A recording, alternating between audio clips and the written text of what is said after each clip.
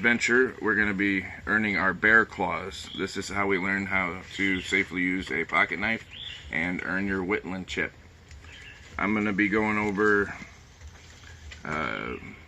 requirements 3B, and then under 3B there's 5 different things we're going to do with a knife.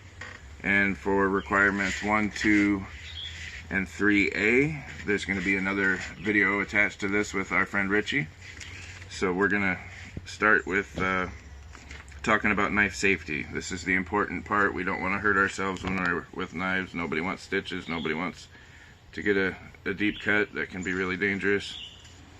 So we're going to start off talking about pocket knives are great tools to have on campouts. You can use them to carve hiking sticks, cut up food when you're cooking, and even open cans and bottles. But you have to learn how to use them in the right way in order to stay safe. Learning to use pocket knives and making neat things with them is what this venture is all about. I'm going to just go down the knife safety rules with you guys real quick and explain those just a little bit, and then we're going to do 5 different things with the knife there, and I'm going to be using my Swiss Army knife. You can also use a Leatherman or one of these multi-tools. There's a lot of different brands, but for what I'm going to use today, I'm going to use my Swiss Army knife because this is what I have that's closest to the Cub Scout knives.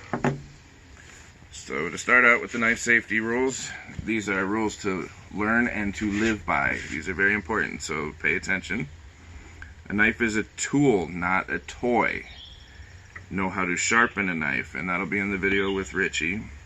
A sharp knife is always safer than a dull knife because you don't have to push so hard against what you're trying to cut, and you push, and then all of a sudden it lets go and you can run it right into your finger or your leg or your arm. Keep the blade clean and dry. Never carry an open pocket knife. Anytime I'm going to get up from this chair, I'm going to close all my knives, and if I want to carry them somewhere, for these I put them right in my pocket. This one has a little case that attaches to your belt loop. When you are not using your knife, you close it with the palm of your hand and put it away. And what they're talking about here is you don't want to grab it here and then or grab it here and then try to grab it like this. So we keep our hand below and we use the palm, because then there's no way it's going to hook you and cut you. When you are using the cutting blade, do not try to make big shavings or chips. The only thing you're going to do is push really hard. You can slip and run it into your leg. You can bend or break your pocket knife. And then always make a safety circle. They call it a blood circle. And that will be in the next video with Richie. And all that means is if you take your knife closed, put your arm out as far as you reach, and make a big circle around you, you should not be able to touch anybody with your closed pocket knife. And all that is if you slip and swing it around wild, you're not going to hit anybody. If somebody happens to move into your blood circle while you're carving or while you have your knife out, close your knife and wait, or close your knife and then politely ask them to take another step out of your blood circle and then go back to doing what you're doing. Always cut away from you, never towards you. And that's a pretty obvious reason here. If I'm cutting something and I cut towards myself and it lets loose, and then losing fingers.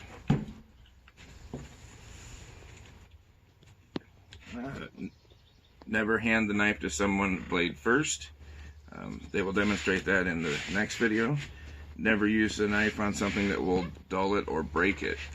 This is you don't want to take your knife and jam it into your can to try to open the can without using the can opener, or the biggest mistake people make is they'll try to pry with their knife. You stick it under something, try to pry it up, and snaps your blade right off. And that's always a sad day when you break a pocket knife. I of course have never done that because I always follow my knife safety rules.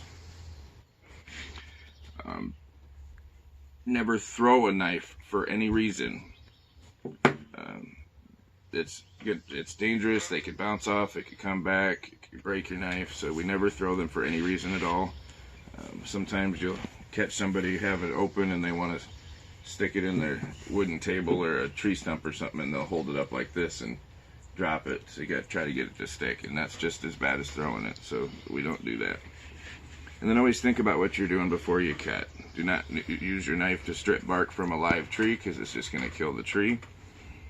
Don't carve your initials into the playground equipment or into the side of a tree. That's all you're doing is just vandalizing property at that point, and we want to keep our public places nice and neat and clean.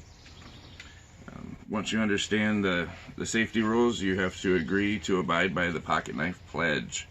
Complete your carving projects and have your den leader sign your card, and that will earn your Whitland chip.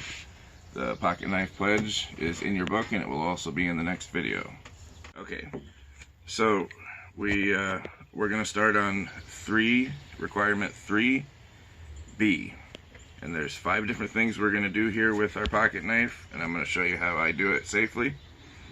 And that will complete all of our requirements for this one. The first one is to demonstrate how to cut a piece of rope, twine, or fishing line. I have a little bit of extra parachute cord on the bottom of my sheath here for my multi-tool, so I'm just going to cut a little piece off the end here to show you how we do that. Again, I'm going to be using my Swiss Army knife for all of this stuff because it's closest to the BSA knives that they sell. So I'm going to open my big blade for this one. And again, I'm never going to cut it towards myself. And these folding knives, you have to be really careful that you're always cutting in the right direction, because if you try to cut this way, you could close it on your fingers. So I'm just going to make a loop, just like that. And I've already checked my blood circle, so there's no chance of me hitting anybody. The cameraman is far enough back here, and make one nice smooth cut. And there we go, that's that. This works for any rope, twine, string, anything you need to use a piece of cordage for. That's how you cut it. Open a sealed box without damaging the interior of the box. So for this one, I think I'm going to switch to, I have a little bit shorter knife on here. I think I'm going to use that just to make sure that I'm not getting too deep in there. So again, I put my hand under here and use my palm to close it. And then I can turn it around and get my smaller little pen knife out here.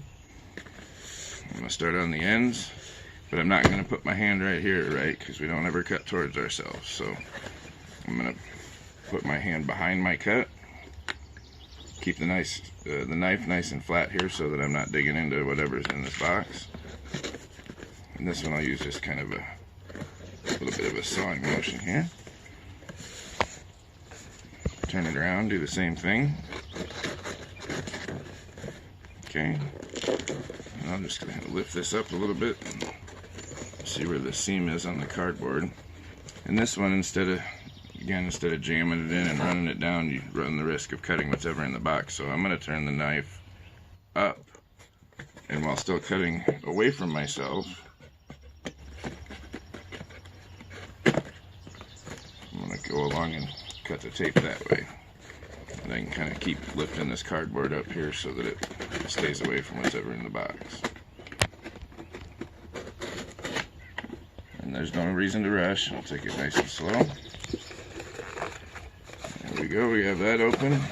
These are my new screen protectors for my cell phone. Next on the list here is going to be to open a can with the can opener tool on a pocket knife. Both my multi-tool and my Swiss Army knife have a can opener, but I'm going to stick with the Swiss Army knife. So, hand away from where the blade closes, use my palm, turn the knife around again here and find the can opener one. And I'll have you get in nice and close on this one. You can see on every can there's a lip. And that's what this little hook is for. And then there's some sort of a little half circle blade here with a point on it. So we hook this under the lip, and then on the other side, so it'll be like this, but you turn it and then just lever it up. And this one can take a little bit of time to get used to using this if you're used to maybe using a regular can opener, but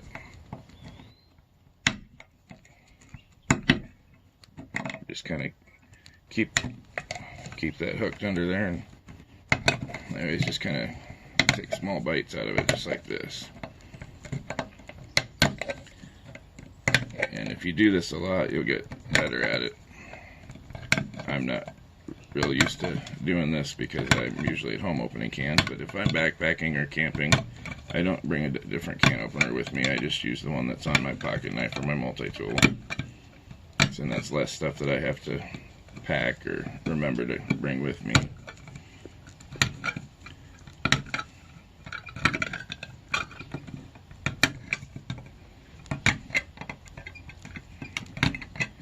And we get towards the end. I'll leave a little bit attached here. Just peel that back, and there's a nice can of vegetable soup there.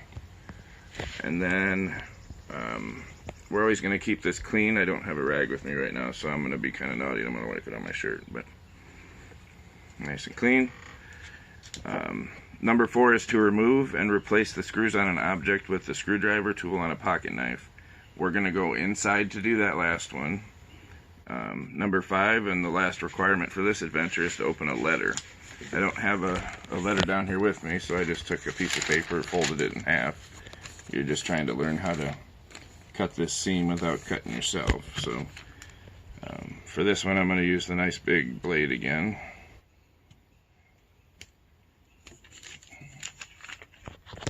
And then just slip it in between the two pieces of paper here, and nice smooth cutting motion away from myself.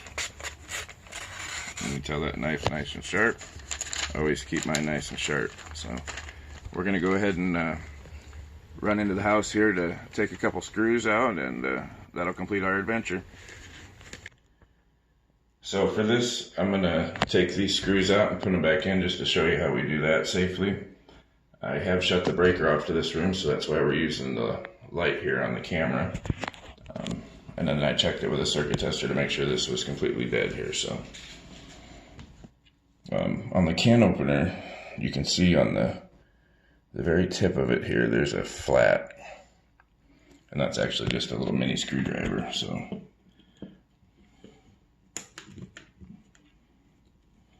be nice and careful so I don't scratch it all up.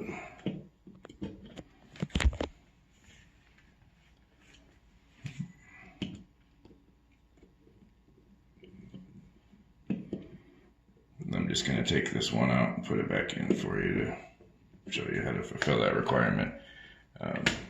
Get with your parents or responsible adult when you're doing anything with a pocket knife, and when you get to this requirement, just go ahead and ask them to find something for you around the house that you can take a couple screws out, take it apart, and put it back together. Just like our bear picnic basket, anything with the heat or anything sharp, we want to be extra careful and definitely make sure that you have any safety equipment on, and always have an adult, a leader, or one of your parents around. Just about done here.